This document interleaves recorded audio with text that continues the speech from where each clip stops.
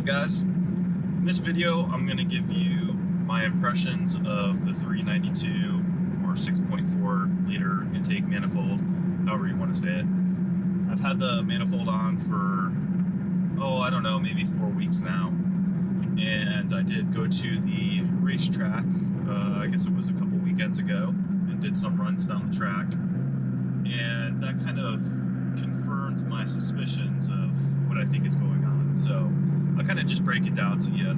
I did mention in the install video that I wasn't super blown away by the performance of the intake manifold after installing it. Now, at that point, the intake manifold wasn't on for super long, but it was on long enough where the car should have adapted to the new tune, and I just honestly wasn't feeling a whole lot.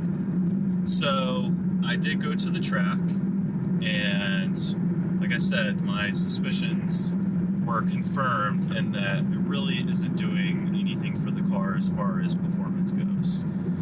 So I'll show you my time slips here. But my two best times, I ran a 13.46, and then the very last run was a 13.435. The second run, which is really the first time slip you're seeing here, is 104 plus. The third one, the last run I did, it was 102. I don't know what happened there, but it seems like the car that ran next to me, which was the 11-second car, ran a little slower than what it should have too. So I don't know if there was a headwind coming in at the end of the track, or the timing system was off or something. But regardless, I just dropped my time by about a 10th, which if that's all I had done, the intake manifold, then I would have been happy with that. But I also installed my 323 gears from my last time that I went to the track. So really, I think the getting a 10th better in the quarter mile was mostly just due to the gears. So that's why I'm coming to the conclusion that the intake manifold really isn't doing much for me. Now, actually, I'm going to show you a couple of the runs here that I took. I actually had the GoPro mounted on the side over here, so at least you can see the runs. The car sounds great. It felt faster than what I got.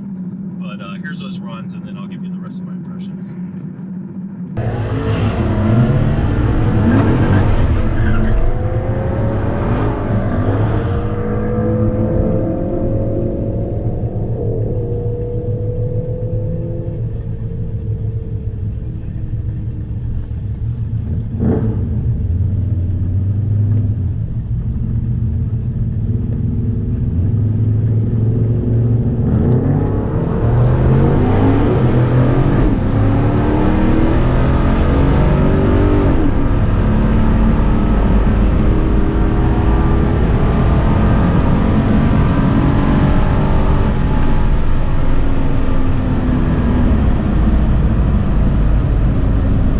So there you saw the run.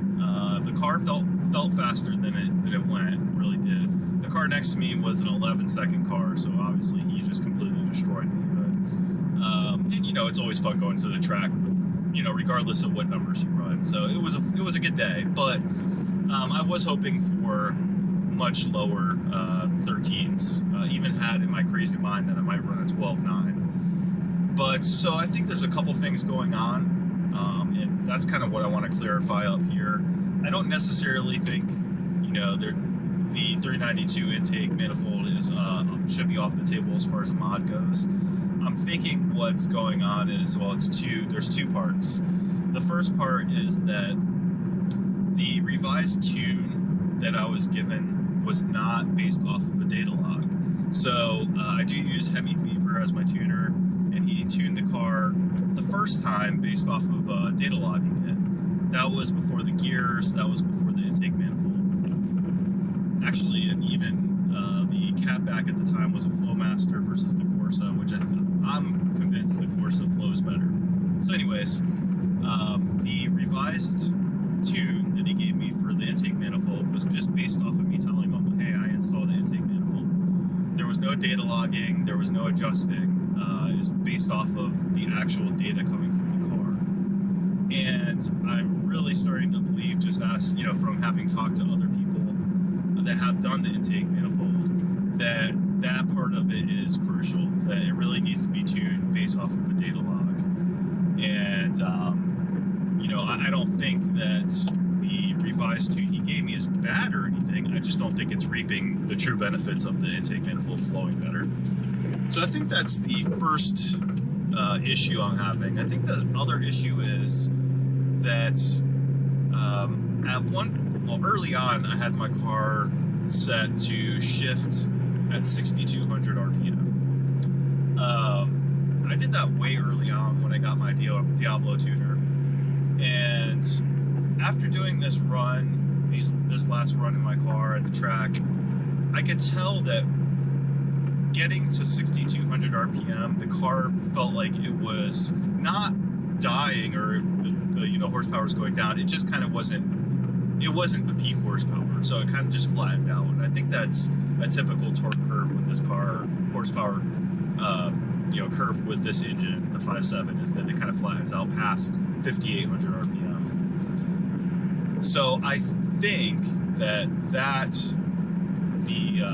I believe that the new intake manifold might not be optimal for running that high of a shift point. And so what I've done is I've actually dialed back the shift points to 5,800 RPM.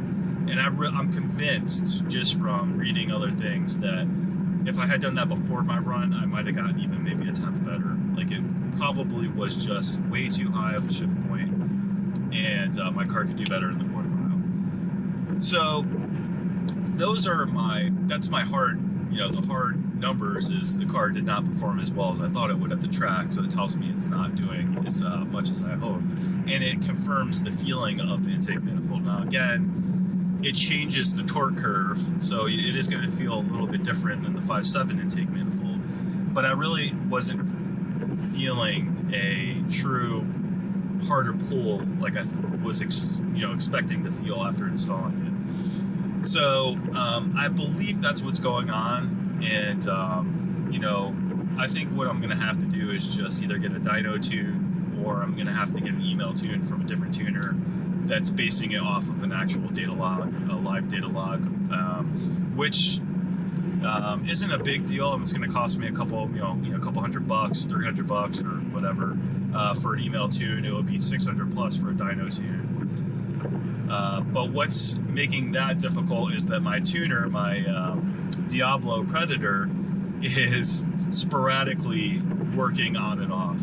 Sometimes it works, sometimes it doesn't. So I actually posted on a Diablo forum, and one of the admins on there said, yeah, it sounds like your cable is going and you should replace that as soon as possible. So I'm gonna have to buy also a new Diablo Sport tuner, which is gonna be, you know, if I can find a used one, it should be a couple $100. If I have to buy new, you're talking 500 plus. So I'm gonna have to wait until probably January or February to get the tuner, get a revised tune, and then I believe the track opens up in March. So I'll be going back in March to take the car down the track and see if I've improved it at all. The 60 foots actually felt great. I almost got a 2 flat 60 foot on my last run, and so that's really good. I've struggled to get 60 foots down with this car. Usually it's a 2.2, so to get a 2.022 I think is the best one I got. That's great news as far as the differential and gears go. That was great. So now I just need to get that intake manifold really calibrated, or the tune calibrated for it, and then I think I'll be golden. So there you go, guys. There's my update. I wish I had better news, like the intake manifold was amazing and everyone should do it, but at this point, until I get the tune dialed in, I can't say yes or no. But the car sounds great, the car still feels great. It's not it's not killing my top end or anything like some other people have commented on if the active runners aren't going.